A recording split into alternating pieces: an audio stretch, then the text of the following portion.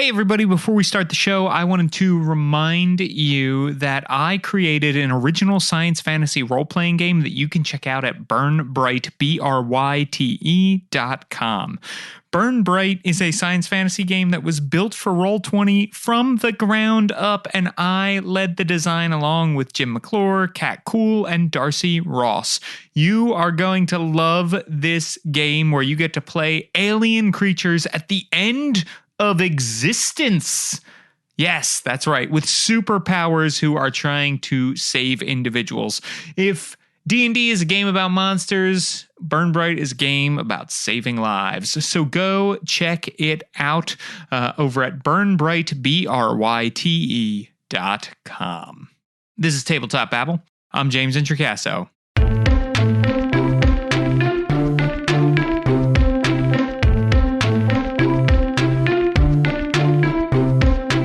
Today on the show, we are talking with Michael Hunt of unMadeGaming and a podcast right here on this very network, Dark Fortunes, a Humblewood actual play.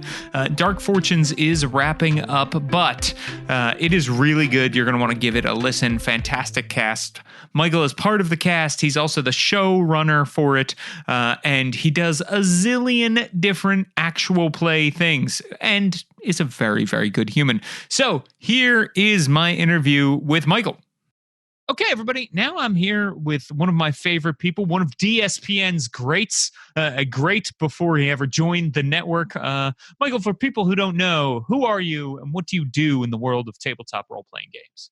I professionally play pretend on the internet, both as a person and as a gamer. No, I have, I mean, that's really what it is, right? At the end of the day. It's true. In 2015, I had a massive amount of hubris and I started a Twitch channel dedicated to tabletop role-playing games. And now it's 2020 and I'm still doing it. So that's mostly what I do. We make YouTube stuff. We do podcast stuff. We do live actual play stuff. We have a thriving Discord community, thriving community in general. And we play a bunch of games that are dun dun dun, not Dungeons and Dragons. So that's pretty cool as well. Yeah, that's about the long and short of it. Bomb. Dun dun dun, not Dungeons and Dragons. That is a bold choice because D&D is very popular. I love games that are not Dungeons and Dragons. So let me I'm not spoiling for a fight here, but what's the decision-making process behind that? You just like games that aren't Dungeons and Dragons, or you have a greater agenda there? I mean, I would like to say I have a grand agenda. I don't. The way I describe D&D, and I also like D&D. I have a homebrew world of D&D with 10,000 years of backstory and history. We've run several campaigns lasting for years at a time. I grew up on D&D. However, right now, especially with the explosion of streaming spaces, with like itch.io kind of stuff, with like the explosion of PBTA games powered by the apocalypse, D&D is like toast, right? So it's food and it will sustain you. However, there's so much more spice and variety out there that I find like I didn't know about any of it until I started streaming.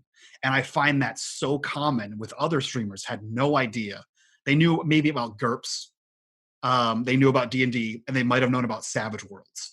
But like there's hundreds of other games that do hundreds of other things different than D&D, sometimes better, sometimes worse, but everything's different, that so many people just don't know about because D&D is it, right? D&D is like, that's the in crowd, right? So if I can do what streaming did for me and showcase all these other games to other people and get them to try them, like I'm a happy boy. Like at the end of the day, like if you saw, like we just wrapped up one of our campaigns, and if you saw it and then went out and bought the book for that system, like we have several people right now that are planning their new campaign in the system we just finished because they're like, that campaign was so rad, it inspired me to buy the book because I've never played a system like that. And I'm like, yeah, that's great. Same for me. So I'm like, you know, that's what it is. Like, I want you to experience more games because I think the key to being an amazing player and an amazing GM is experiencing how other games do things and then bringing that back into your preferred game of choice. I routinely steal stuff from other games and bring them back to D&D because D&D though it has a lot of rules, does not actually have rules for everything, despite the fact that like that's kind of their old model. Um, so I like to steal some rules from this game, or steal some rules from that game, or steal how this mechanic works and bring it in here, or tweak this from this game and make it to D&D and mess around like that. I like that like theory crafting with the mechanics behind the scenes from other games. So yeah. Gotcha. Yeah, I think that also makes you, from the game design perspective, right, a better game designer too.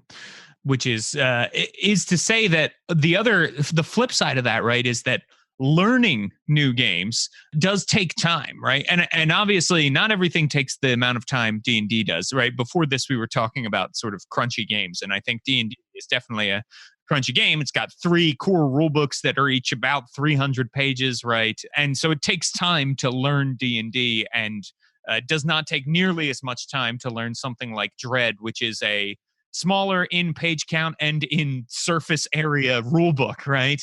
And then you've got 1-page RPGs like Lasers and Feelings or Honey Heist that take no time at all to learn. How do you prefer to learn role playing games? Like, what's your preferred way? You have so many different RPGs that you've run as part of Unmade Gaming. It is impressive that you're able to learn this many different systems. So I learn best by playing the game. So my go-to learning is like I luck out as far as tabletop streamers and actual play people, because I play more than I GM, which is unheard of by most showrunners, I think. My go-to is I will look for someone who already knows the system, cast them as a GM, cast myself as a player, and I will learn through like osmosis.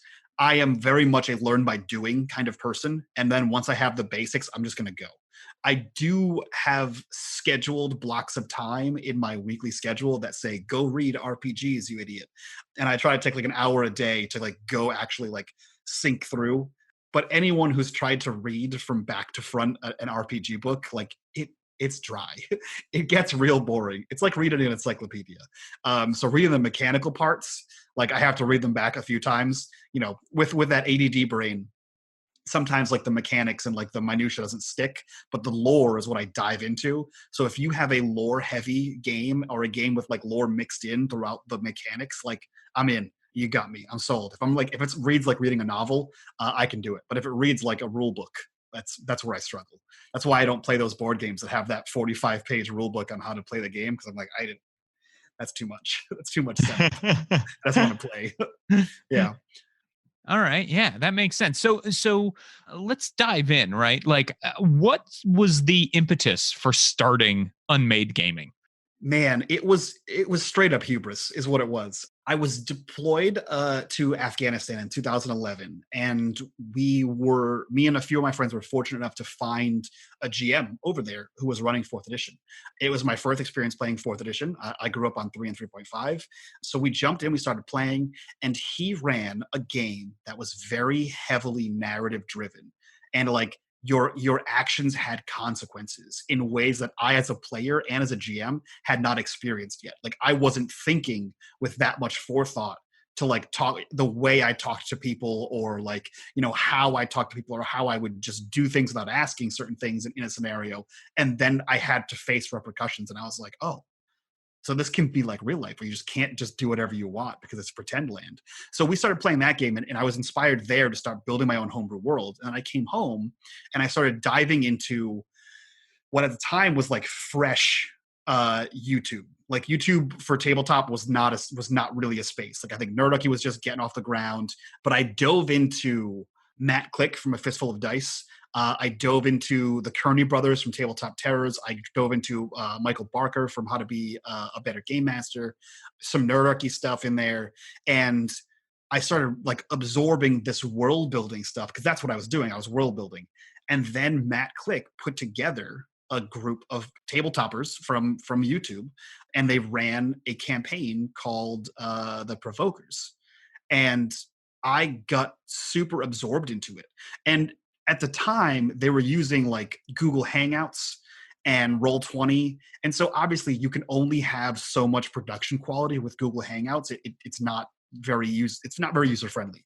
And I was like, you know what? I'm a charismatic dude. I have friends that I think are equally charismatic. I bet I could make a video better than Matt Click's video. And then I didn't. It was very bad. It was way worse than I expected. It's very hard to do. So for about a year, I just kept putting out very bad content on Twitch with very bad overlays and very bad unflattering camera angles and atrocious lighting and very bad sound. And I was like, ooh, this is hard and I suck at it. And then I eventually got better. Over the course of 5 years, you just improve little tweaks here and there, and then that's where you go. But yeah, it was just, I saw a video and I was like, I could do better. And I tried to and failed. That's it. I mean, that's how I did podcasting too, right? Was like, I'm just going to keep putting this out there and eventually I will learn the things that will make it better, right? Yeah, I think when people say do the thing, that's kind of what they mean is nobody is going to be perfect when they first start, and getting out there and doing it is important. So you were in Afghanistan when you started playing 4E, and you played a heavily narrative 4E game. I think your 4E experience was different from most people's. I'm just going to go out on a limb. It was very different. Yeah. I like it's so different to the point where I now defend 4E because I loved it. We played through a modified version of Pathfinder's Kingmaker. So we played Kingmaker using 4th edition rules. We didn't know it was Kingmaker. We played through a bunch of like because I think Dungeon and Dragon magazines were still a thing during 4th edition. So we played a bunch of like the little like individual adventures that just kind of came together in this world. And this guy had put it this way: the GM we had came home from Afghanistan and then took his world lore and built it into a successful LARP in Kansas City, I think. So he took the whole world and then blew it up into a LARP that has like hundreds of people that go to it every month. So yeah, it's no joke. Yeah. So he had a very rich, developed lore and world, and like he very easily integrated us into it, and like it felt like home, right? It felt like how people who grew up with Forgotten Realms or who have dove into the novels for Forgotten Realms, how they feel about Forgotten Realms. That's how I felt about this world, and I was like, I need to emulate that when I go home. So yeah. What is it like when you're playing in Afghanistan? Is that like, do you have more time to like, are you playing for hours at a time? Are you so we would play every Wednesday. We were in a tent that you would pull vehicles into to get like worked on, like a mock garage. And so we played for like 4 or 5 hours. So like it was like your home game. Oh yeah, sure. Time, like right? A weekly game. Yeah. So it was like a weekly game. The biggest difference is that in our games, probably about once a game, there was a big siren that said, hey, there are rockets coming at us. So please go hide in a bunker. And so we would have to leave and go hide in a bunker. But other than that, it was a normal D&D game. Whoa. Yeah. That is intense. Yep. Intense. Yeah, it is definitely a time for sure. Yeah. Well, I am glad that you are safe and get to make awesome RPG content for people to check out. So, unMadeGaming gets started. Like, what is your weekly unMadeGaming schedule like? Obviously, you put out a podcast as part of one of the shows on this network, right? Dark Fortunes, great Humblewood actual play that everybody should listen to. But what is your weekly schedule like for streaming and for recording? Usually, I work all day, so like I have a 9 to 5, and then I come home, and Mondays is like administrative prep work. Where I'm like scheduling my tweets, doing all the SEO stuff, doing some editing, that kind of thing. And then we stream Tuesday through Thursday. So we have a stream at 8 p.m. on Tuesday, 8 p.m. on Wednesday, 8 p.m. on Thursday. That goes for 2 hours. So that's like 8 to 10 p.m. Eastern.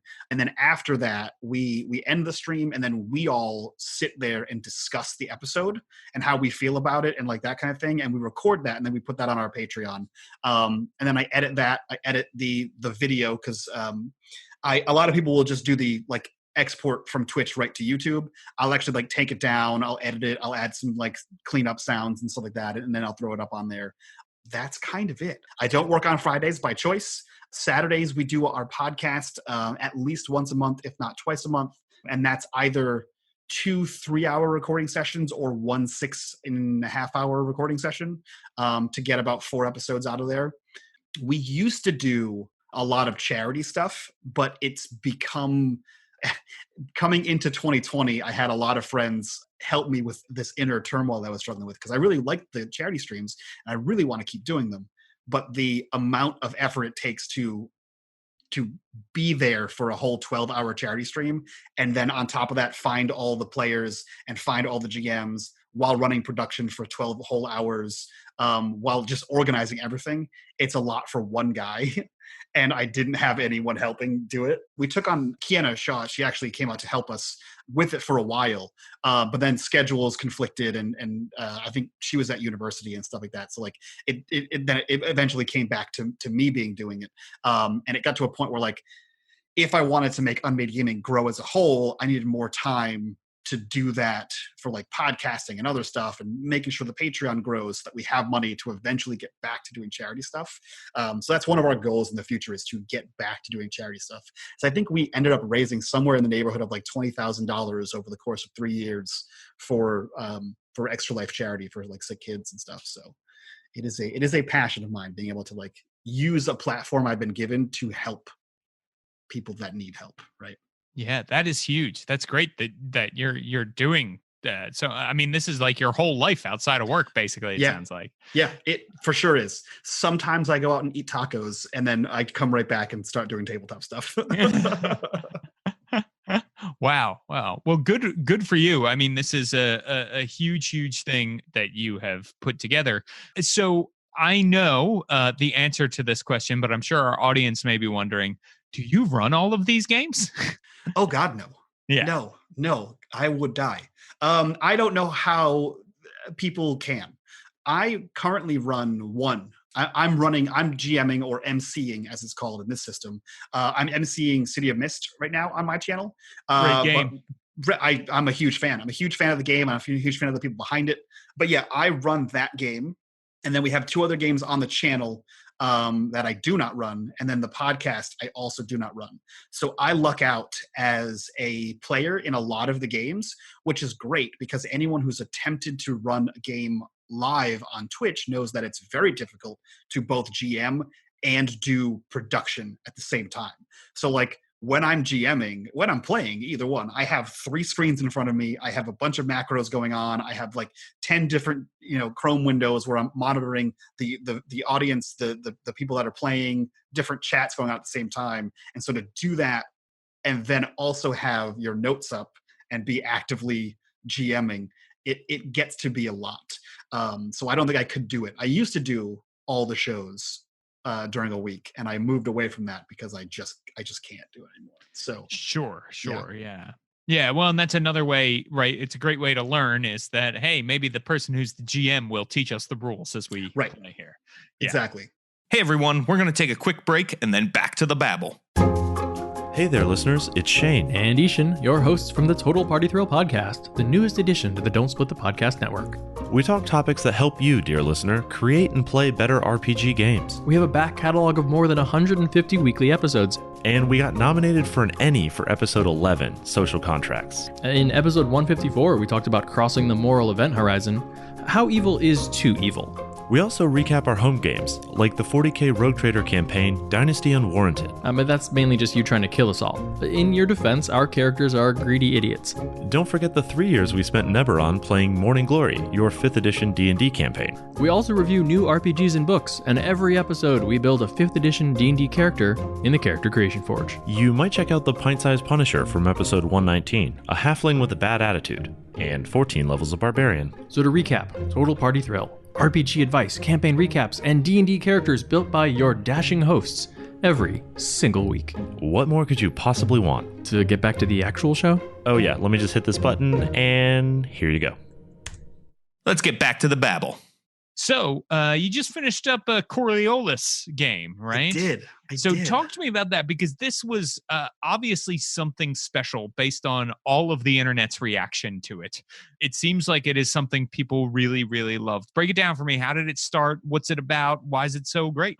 Oh, man. Well, I mean, I am an unabashed Free League fanboy. I own all of their products and I love them all dearly. Coriolis came about because myself and Nomadic, we wanted to play a space game, and then we were playing in a game that I had run previously a year ago, and we formed a friendship with Little Red Dot, who is an amazing player, an amazing GM. We sort of had this idea that like Dot was like, oh, I think I kind of want to run a Coriolis game, and we were like, oh, we really want to play a space game, but we wanted it to be like a dark space game. And she was like, perfect, I want to run a dark space game. We're like, done. And then she asked if she could cast the remaining two players, and she cast Aris Savad and she cast Paul. And we just started playing, and we all like built these characters that like the more we played them, the more we realized they were just self-inserts. We're just playing ourselves, which can either be awful or amazing. It lucked out that we were amazing. Myself and Gnome, we played brothers. We had like a tragic backstory, but like it wasn't like a, you know, the sad rogue in the corner who's an orphan who lived on the streets and, you know, he's very much Aragorn.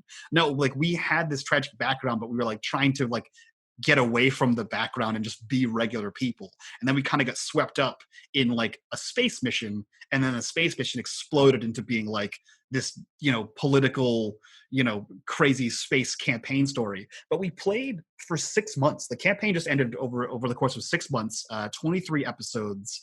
And like we poured so much emotion into this game, into these characters, into like our role play scenes. Like there's a clip that's been circulating a while where we had a big scene between myself and Gnome, and like I am in tears, just crying midstream while I'm trying to like role play through this scene, which was a very like powerful scene in game. And like I was here like speaking as the character, and I was like, oh, your boy's gonna cry. And I was like, you know what? Let's have it. And I just cried and played through because I was like, it's that kind of moment.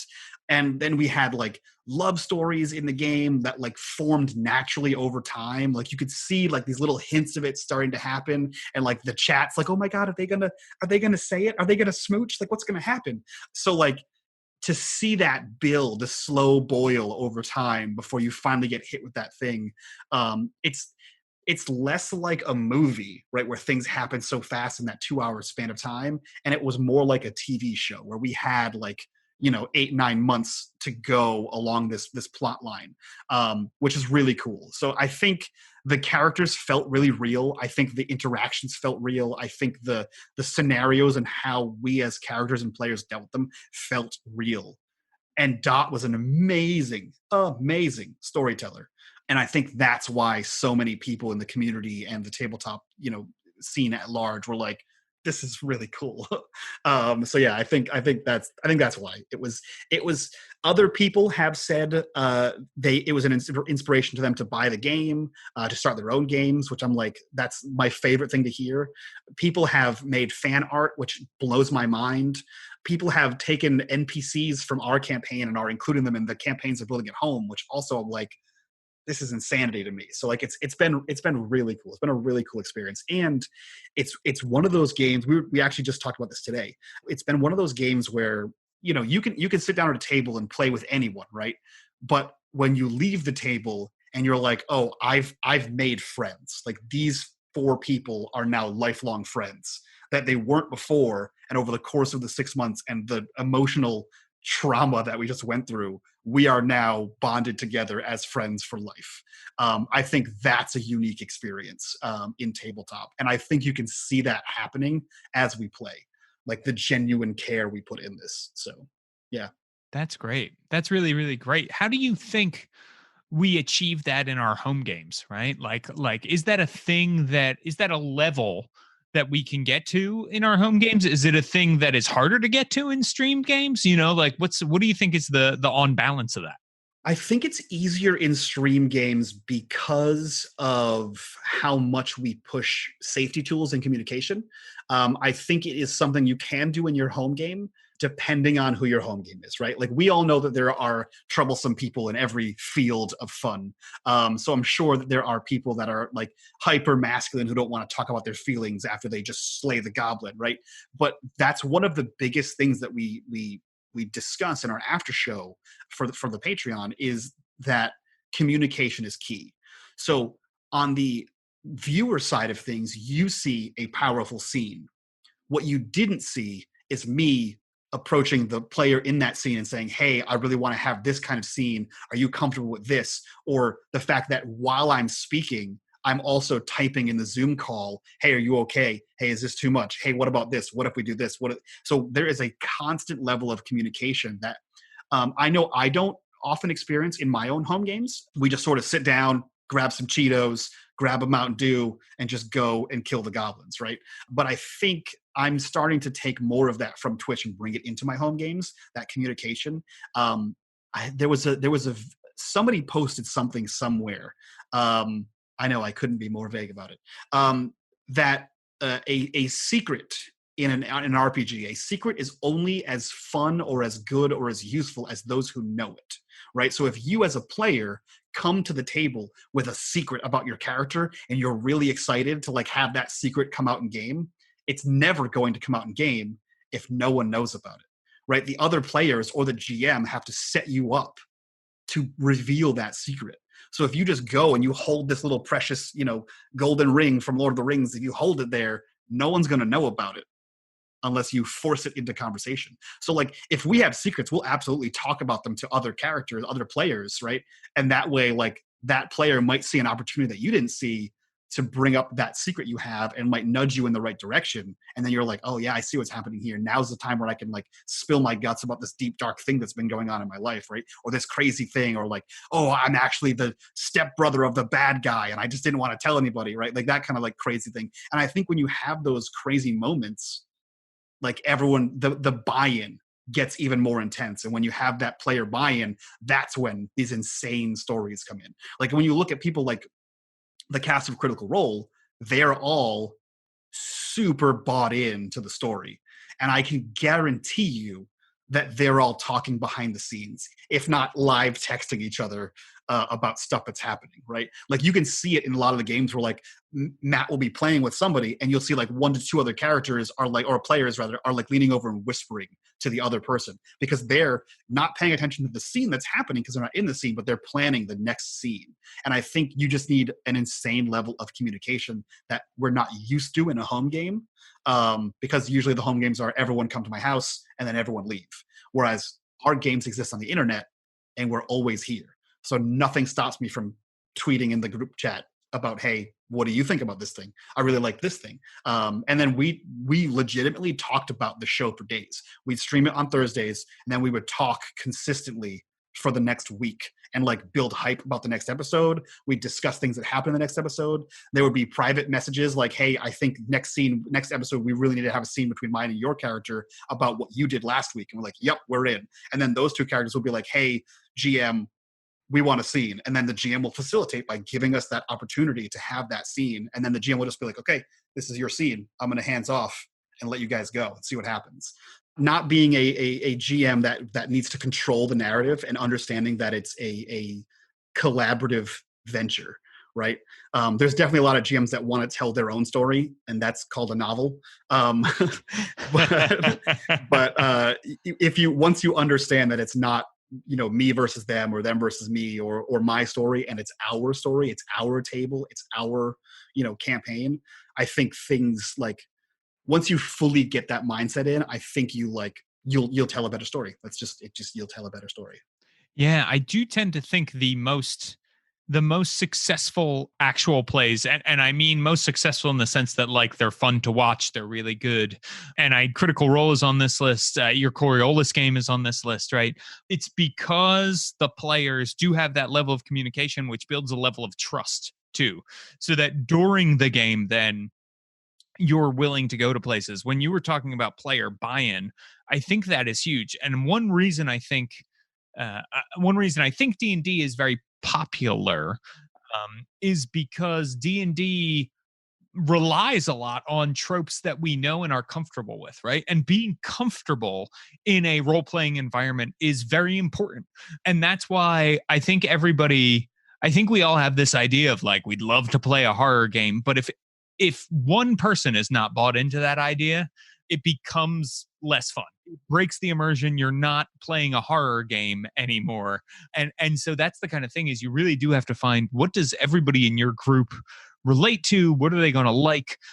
Because then you can get down to, okay, this is how this game is played, not just rule wise, but this is the feelings the game wants to evoke in us. And we need to be willing to feel those things to get the most out of this game. And if we're not, like, I think that's fine. If you don't want to play a horror game, that's totally cool, right? Like, there's 1,000 other games to play. And then to get that level of, like, our home games, right? I think a lot of us would love to have those, like, fireside chats that people are having in Critical Role, or those intimate moments of secret sharing that you get in Coriolis, right? That your game had. And so, like, what's cool about that is, I think that level of communication really does allow for those things in a way that I would love to see more of in home games, right? I try to tell my players, like, we're not just a bunch of actors. We're a writer's room too, right?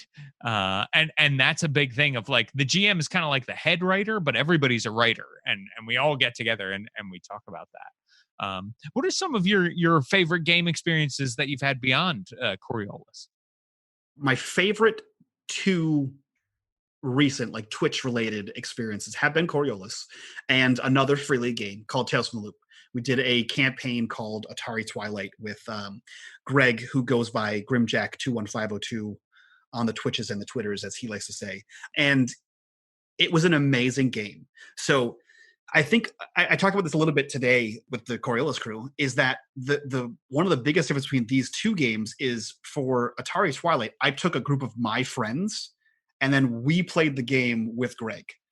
And so when we were playing children, we're playing, like, 12-year-olds, but we're playing 12-year-olds who are already friends. So we came into the game with that, like, friendly, bro-y, ball-busty kind of mentality. So we already were there. Whereas with Coriolis, we weren't there, and then we became there by the end of it. So it's different. We had the same kind of, like, ravenous outpouring of interest in both of these games. It's just how they came to be was very different.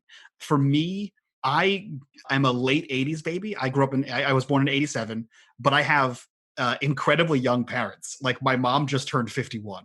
So, like, they were also children when I was a child. So I vicariously lived through the 80s. So all of the cool things that people who actually lived through the 80s are on about, I also, like, all the cartoons I watched was reruns of, like, the old 80s cartoons, 80s music, 80s fashion, right? Like, the whole thing. So for me, it's like pseudo nostalgia, right? Like, I love watching Stranger Things because I remember some of those things, which is bananas, right?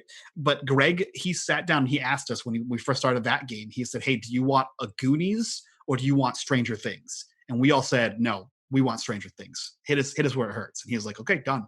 And so he did too. We started off, like, light and fun and jovial and Goonies and, like, silly slapstick adventure and, like, boys being boys kind of thing. And then come, like, 5 episodes in, he punched us right in the gut with feels. And we were like, oh no. And so the love for that game that the players had, we're about to have season 2 of that game. Season 1 was in 2018. We've been begging for a season 2 for 2 years. And everyone who watches season 1 will just randomly pop up and be like, hey, when's season 2 coming out? And we're like, we're working on it. And finally we have a date for it. So, like, whereas the Coriolis game, we had season 1 right into season 2, and everyone was like, please give us season 3 now. We've been waiting for 2 years for season 2 of Atari Twilight, the Tales from the Loop game, and we couldn't be more ecstatic. Like, we're still talking about it. Like, every once in a while we'll just pop into the group chat for the last 2 years and be like, hey, you guys want to do a podcast? You want to do a season 2? How's everyone's schedule looking like? And it just never worked out that our schedules lined up. So that was probably one of my other, like, massively favorite moments is the storyline from there.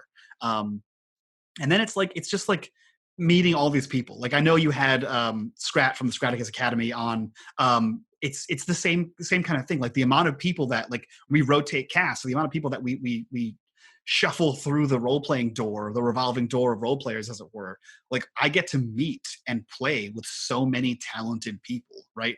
Like even the way that I have been introduced to you, James, I know you because I bumped into Nerdarchy and they were like, that guy seems cool. And then we played in an RPG together and I got to play with a bunch of YouTubers that were like, you know, as far as like metrics and analytics go, they're way out of my league on the YouTube side of space. But they were like, hey, you seem like a regular cool dude. Let's play some games. And then we all got along and then we got invited to speak on a panel. And that's where I met you, like in person for the first time. And I was like, oh, this is cool. And that's where I met like the crafting muse as well. And then, you know, we're doing all kinds of stuff together. So like it's you know, the more you play these games, the more people you meet, the more experiences you have. And it just like broadens your horizons, and you know, that circle of friends just keeps widening and widening. And I love that aspect about the tabletop, the greater tabletop community. It's almost enough to be like, focus on this part and not all of the bad stuff that happens over here. So yeah, that's the part of the community we all like, right? Is the sharing and the playing and the fun and the stories and stuff like that. And so that's been a blast, because I went from playing with my 4 friends in my basement to now playing with, you know, 20, 30, 40, 50 people in front of audiences of people, which is bananas to me. So Yeah. Do you ever get to play a game not on camera? I play several, actually. Oh, great. Yeah. I'm running D&D. Don't tell anyone. I'm running D&D at home. I'm using an OSR. They changed it. What do you call that? It's an OSR like reformat for 5th edition, called the Barrow Maze. So it's like an old school dungeon crawly, right? So we're running through that. It's pretty brutal. I made sure that all of my players made several characters because I might grind them into a pulp. So far, they've almost died in every episode, but they've intelligenced their way out of combats. So Got it. it definitely works out. And then we have a Coriolis game that was going on at home, but that got put on hold because of COVID.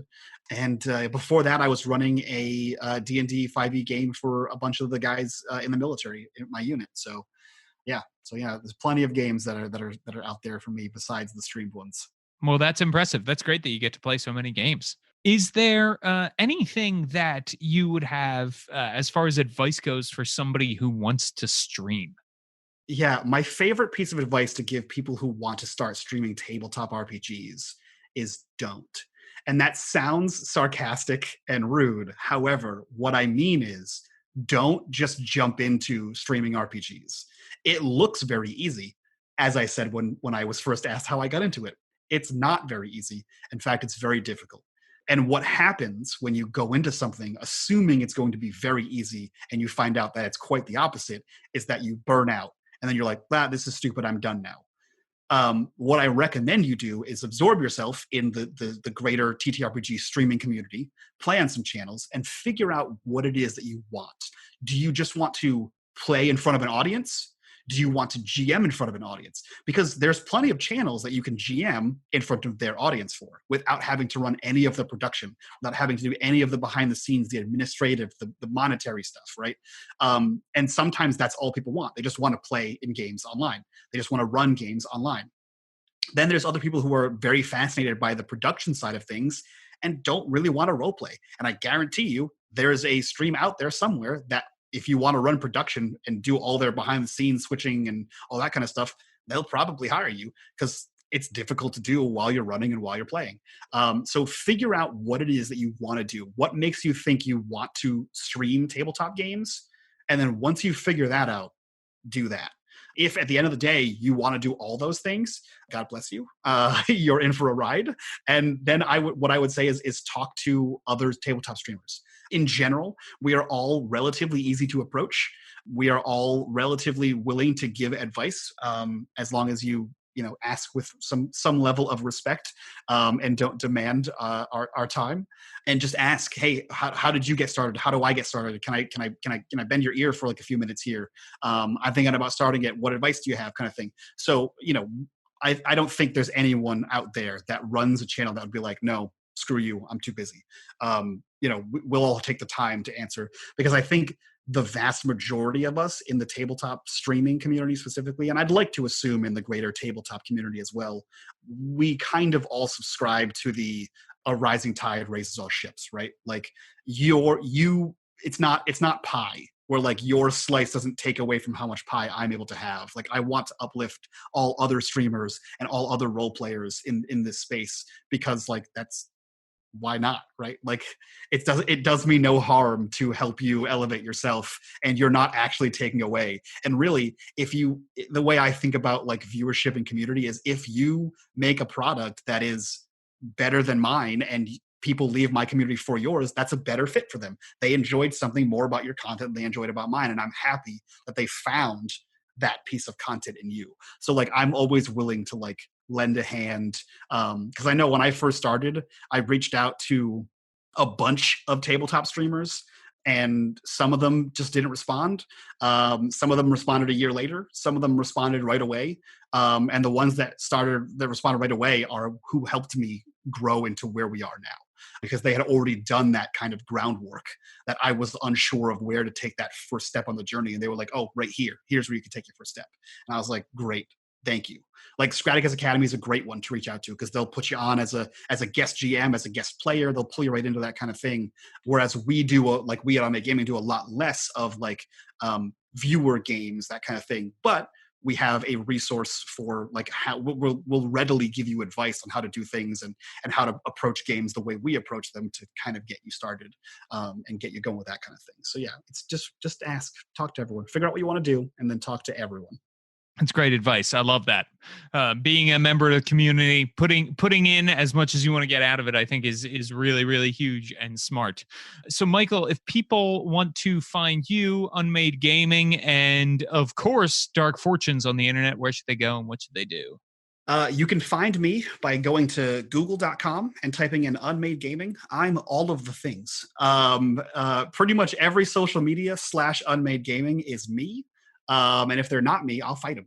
And if you want to hear an amazing D&D 5e podcast using the Humblewood setting by Hit Point Press, where we play animal pirates on the high seas of adventure, you can check us out at Dark Fortunes Pod over on the Twitters, and where all podcasts are free.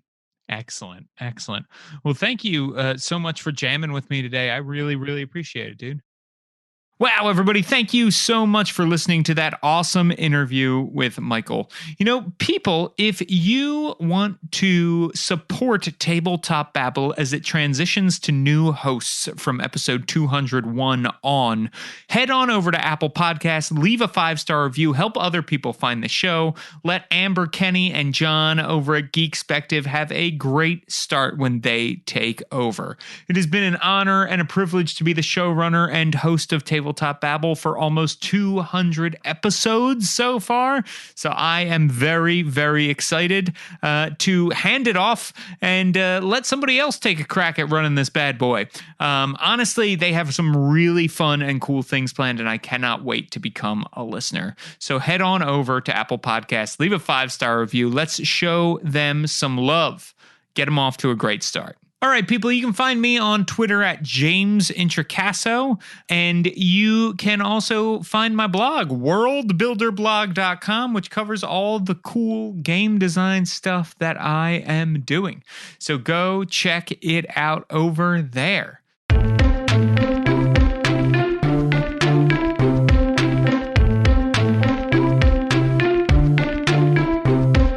Tabletop Babble is a show on the Don't Split the Podcast Network. Thanks to Rudy Basso for founding it with me. This episode was edited by Nate Pausenga. Our theme music, which you're listening to right now, was provided by Battle Bards. Everybody, go live your best TTRPG life. Hey everybody, I just wanted to let you know the episode of Tabletop Babble you just listened to was brought to you by Kobold Press and their new Kickstarter for the Scarlet Citadel. Once a functional fortress and the cradle of wizards, little now remains of the Scarlet Citadel on the surface. However, the place is known among adventurers and lore keepers, and well-trod stairs lead down into the depths. This is the first dungeon-centric adventure design that Kobold Press has tackled for 5th edition, and it's led by TSR and Wizards of the Coast veteran Steve Winter, who's working with notes and characters from Kobold Press publisher Wolfgang Bauer's home game. The Scarlet Citadel includes at least 6 levels of dungeon exploration, with lavish maps, plus a town base, appendices of additional monsters and characters, and a full suite of PDF and virtual tabletop options from Roll20 to Fantasy Grounds. So, what are you waiting for? Hop into Kobold Press's amazing mega dungeon, The Scarlet Citadel, on Kickstarter now. To find out more and back it, head to koboldpress.com. Tell them DSPN sent you.